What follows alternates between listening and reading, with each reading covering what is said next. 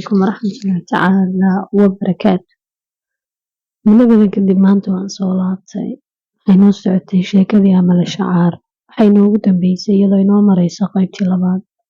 Qaybtii labaad waxay noogu dhamaatay Amal iyo Oday Cumraan oo ku ballansanaa goob hotel wada fadhiya oo Amal laga dalbaday sikadiisa guur. Guurkaas laga dalbaday iyadoo Amal ka fikiraysa waxyaabaha dhici doona xaaladan ay hooyadeed ku sugan tahay caafimaadkay u baahan tahay hooyadeed iyo qofka guurka ka dalbaday saacadan hor fadhiya amriga uu taagan yahay waqti xaadirkan guurka kadiska oo ka dalbaday ujeedada ka dambeysa kulankooda iyo waxyaabo fara badan oo kale. Markaas mudada iyadoo fikirka dhex dabaalanaysa ayaa Oday Cumraan wuxuu ku yidhi waxaan kuu sheegayaa ujeedada guurka ee ka dambeysa kadiskana sidan aan kuugu sheegayna ujeedadeedu kalifti. Wuxuu ku yiraahday waxaa jira wiil aan dhalay. Wiilkaasi waa wiil qol ku xiran. Wiilkaas baan u rabaa gabadha inaan u guuriyo aan hadda doonayo inaan anigu guursado. Guurkaas waa guur aan anigu ku magacaabnaan doono. Waanu ku magacaabnaan doonin wiilkayga. Markaas haddana Amal mar kale ayay mawjadii fikirka dhex muqaratay. Waxay ka fikirtay wiil uu Oday Cumraan dhalay oo taajir oo hantidan haysta sidee ku dhacday in gabadh loo raadiyo. Sidoo kale haddana iyadoo fikirkii dhex dabaalanaysa waxaa hadalkiisa iska sii watay Oday Cumraan. Wuxuu ku yiri wiilkayga maskaxdiisu waa taam ma xanuunsanayo sababtoo uu guriga ugu xiran yahay waxa weeyaan muuqaalkiisa. Wuxuu u sheegay wiilkiisu inuu leeyahay muuqaal argagax leh oo aanu qofna u adkeysan karin inuu arko. Sababta darteedna ay tahay midda ku kaliftay inuu qol ku xirnaado oo aanu dadka soo dhex galin. Cuqdadu ka qaaday muuqaalkiisa darteed. Amal waxay ku tiraahday wax kastaba ha dhacaane anigu waan ogolahay. Wiyaabay Cumraan wuxuu ku yiraahday Amale waa degdegsan tahay ha degdegin uma baahnayna degdegtid maraba guur aad ku degdegtay waanad ka fikirin waanad ka fiirsan inaad gashay. Amal waxay ku tiraahday aniga waxa kaliya tahay dunida guudkiisa saarnay iyo muhiimsan waa caafimaadka hooyaday. Maraba inaan nolosheeda mar kale ka qoomameeyo inaan hooyaday darteed anigu caafimaadkeeda keeni karaa inaan anigu farxadeeda ka raaco oo aan hooyaday garabkeeda baneeyo kadibna aan nolosheeda inta ka dhiman oo dhan ka qoomameeyo inaan hooyaday wax u sameeyo waayo. Wuxuu ku yiraahday ugu yaraan bal hal maalin qaado caawa qaado soo fikir kadib adigoo ka soo fikiray oo ku qanacsan guurkaas aniga beritool igu soo cali jawaabta xataa haddii aad maanta degdeg u bixinaysa jawaabta ugu yaraan hal maalin la maqlo jawaabta kadib beritool ay soo si laga yaabaa inay wuxuun isbedelaan laga yaabaa hadaad hooyadaa la wadaagtid in hooyadaa diido maybay ku tiri anigu waa ogolahay waxba kama qabo hooyadii xataa ma u sheegayo markaan caafimaadkeeda dhinac dhigo ee aan meel saaro baan hooyadii arrintaa la wadaagay waxba kama qabo ku yiraahdaa mas'uuliyadda naftaada haysid lantaas aad ii qaadaysidna tahay qof ka soo bixi kara waxba kama qabo wuxuu ku yiraahday beri laga bilaabo waxaan ku diyaarinayaa sidii aad ku bixi lahayd aad ku tagi lahayd adiga hooyadaa safarkiinii aad ugu baxayseen wadamada Yurub. Waxay ku tiri waayahay diyaar baan ah. Wuxuu tusay tigidhadii ay ku bixi lahaayeen wuxuu u sheegay isla beriba inay diyaar noqon doonaan dhakhtarkiisii iyo dhakhtarkii hooyadeed halkaan ay ka wada bixi doonaan insha Allah.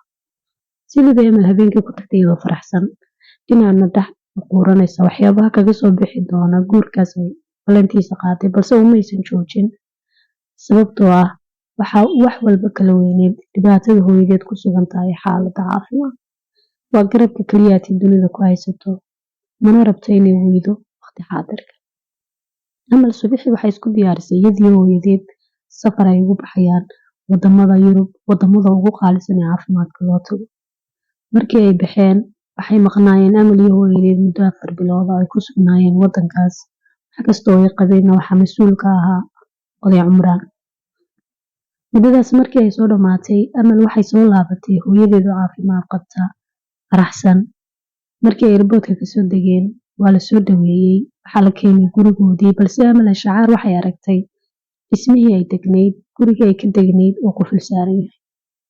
Way naxday balse hal minute intii ay ku maqneen naxdinta ay isweydiinaysay waxa ku dhacay gurigeedii oo aanay qufulka la saaray iyadoo furihiisa haysan waxaa loo keenay furo cusub. Waxaa loo sheegay gurigan in laga raray loona iibiyey gurigay degneyd. Dhismaha gurigay ka degneyd guri kasoo horjeeda oo iyadu iska leedahay. Aad bay u farxdeen waqtigaas. Amal iyo hooyadeed aad bay u farxeen. Gurigoodii bay degeen. Maalmo yar markii ay nasteen kadibna waxay u tabaabushaysteen sidii ay u geli lahaayeen oo ay kasoo bixi lahaayeen ballanta dhankooda iyaguna. Maalmo yar kadib waxaa dhacay guurkii Cumraan uu ku magacawnaa balse loo waday wiilkiisa oo lagu magacaabo Raami. Inta badan Raami kuma qanacsanayn guurka. Waqtigii Amal guurka laga dalbanayna waxaa loo sheegay Amal inay jirtay gabar sideeda oo kale ah waqtigaas guurigeedana loo soo bandhigay ogolaatay. Laakiin markii habeenkii aqalgalka la geeyey gurigii ooda soo jabsatay markii aragtay wiilka. Sababtaa darteedna Raami uuna u jeclayn inuu guursado waqtigan. Guurkaasna uu ahaa guurkii ugu dambeeyey. Waqtiyo badan aabiyo soo bandhigay inuu guursado balse ugu dambeyn uu ka diiday. Habeenkan laakiin si aan taariikhda hore u soo marin loogu qanciyey inuu guursado. Ugu dambeyntii waxba hadal yaan ku daalin guurka u dhacay habeenkii. Dadkii waa kala dareereen. Amalna waxay baaqi ku noqotay gurigii laga soo guursaday. Dadku hortooda guurka waxaa ku magacawnaa in oday Cumraan qabo Amal balse guurka caadiga ee dhacay iyo meherku wuxuu ugu dhacay Raami. Amal waxay tagtay habeenkii qolkii ninkeedu dadka ma soo dhex galo qolkaasuu ku xiran yahay. Balse waxaa kaloo la yaab ahaa oday Cumraan habeenkaas laba indhood iskuma uusan keenin. Wuxuu fadhiyey qaybta hoose guriga oo uu kursi soo dhigtay. Halkaasuu ku sugayay bal inuu ka warsigo dhacdada dhici doonta waqtiyada soo socda. Muddo badan buu fadhiyey. Wuxuu sugayay jaranjarada inay Amal orod kaga soo degto balse nasiib xumo oday Cumraan saacado fara badan buu bartay fadhiyey. Halkii ayaanu ku gamay. Amal qolkeedii bay tagtay.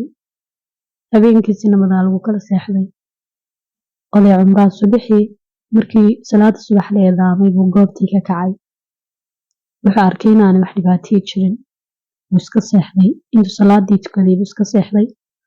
Kadib waxaa subaxii uu soo kacay Amal oo gurigii ka shaqaynaysa oo cuntadii diyaarinaysa quraacdii miiskii sharaxday. Una diyaarisay qof kasta xataa u diyaarisay ninkeeda goob uu fadhiisto oo ku cuntay. Oday Raami wuu yaabay laakiin muusan dareemsin Amal inuu la yaaban yahay waxa dhacay iyo qaabkay u dhaqmayso.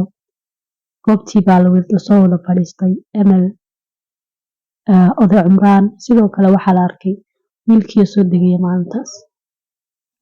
Aad buu odaygu u yaabay laakiin marnaba lama dareensin in lala yaaban yahay maadaama uu isagu cuqdad ka qabo muuqaalkiisa dadka ka hore. Waa la soo dhaweeyey, waa la soo fadhiisiyey, si farxad leh lagu wada quraacday subaxii. Subaxaas kadib noloshu waxay u socotay sidii caadiga ahayd. Waxyaabaha ugu badan ee uu Raami weydiin jiray xaaskiisa waxaa ka mid ah markaad ila joogtid maxaad dareentaa qaab noociyaan u eegahay iyo su'aalo kale oo la mid ah. Laakiin Amal waxay ugu jawaabi jirtay inuu yahay qofka dunida ugu quruxda badan. Qof kastana qaabka uu Ilaahay u abuuray uu ku qurux badan yahay. Aanay jirin wax ka dhiman. Hadduu caqligiisa haysto laxaadkiisana qabo aanay jirin wax uu ka cabsado ama cid wax u dhimi karta noloshiisana uu wadan karo.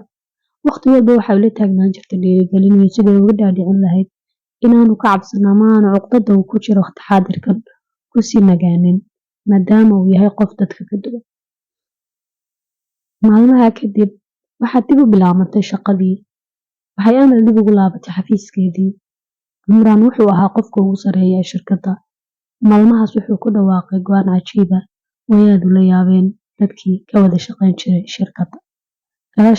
Amal wuxuu u sheegay inay Amal tahay hadda laga bilaabo gacantiisa midig ayna tahay ku-xigeenka madaxweynaha ama ku-xigeenka maamulka shirkadda. Inkastoo ay aad ula yaabanaayeen balse haddana waqti xaadirkan Amal waxa ay tahay xaaska Cumraan indhaha iyaga agtooda. Waxay xasuustaan maalintii Amal ay shaqada kusoo biirtay ee oday Cumraan uu qolka kula hadhay. Wixii uu kala hadlayay iyagu goobjoog may ahayn balse waxay inta badan ka fikirayeen in oday Cumraan uu jeclaaday maalintaas Amal.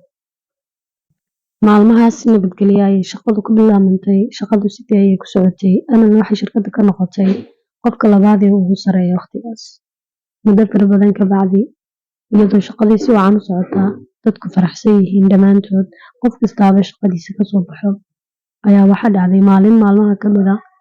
Inta badan Oday Cimraan waxa uu samayn jiray markuu sanadku dhammaado inuu soo kormeero hal mar oo xisaab xidhiyo soo sameeyo oo uu eego shirkadiisa waxa ku soo kordhay iyo waxa ka dhacay. Waqtigaas wuxuu ku beegi jiray welibana waqti aanay shaqaalu joogin oo shirkadda fasax lagu jiro.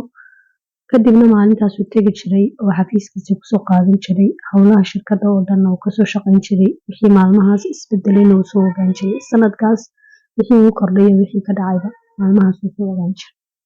Maalintaas sida caadada ahayd waxay israaceen Amal waqtigan waxay ahayd xaamilo, waxay siday ilmihii mustaqbalka dhexli lahaa hantidan ay dhex fadhido. Maalintaas way israaceen Amal iyo Oday Cimraan inkastoo aanay isku meel iyo isku baabuur iyo isku wado midna aanay marin, balse haddana waxay taladu ahayd inay iskugu yimaadaan xafiiska shirkadda.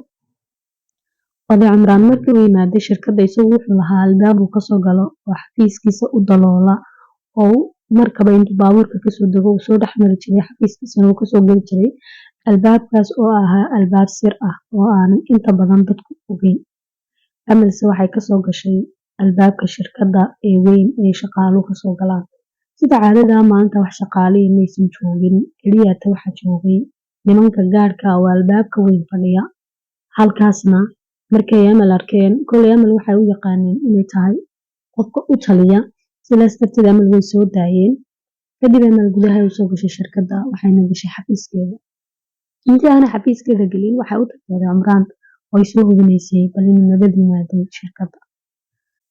Markii ay shirkadda soo wada galeen labadooduba, Amal waxay rabtay inay soo ogaato Oday Cimraan inuu nabad yimaaday.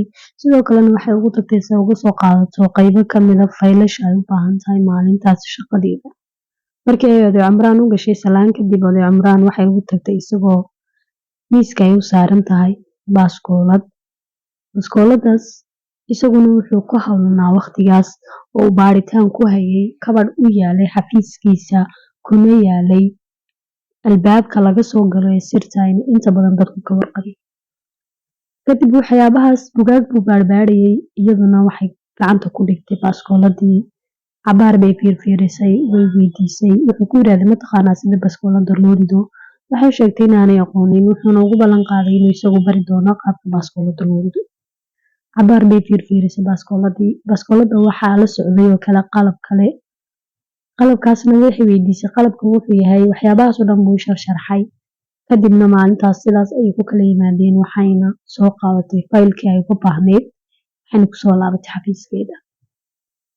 Cabaar markii ay fadhiday in muddo fadhiday ee shaqadeedii ay dhammaysatay ayay waxay bilowday inay ogeysiiso Oday Cimraan ama ay soo eegto inuu diyaar yahay oo uu diyaar yahay bixitaan ama ay iyadu baxdo maadaama looga baahan yahay waqtigaas gurigii inay ku laabato oo ay u laabato ninkeedii iyo welibana gurigii oo ay mas-uul ka ahayd waqtigaas. Markii ay baxeen, markii ay soo baxday ay xafiiskii timaaday waxay la kulantay wax aad u argagaxday oo dhammaan nolosheeda bedelay, shoogna ku riday oo aanay marnaba ka filaynin meesha.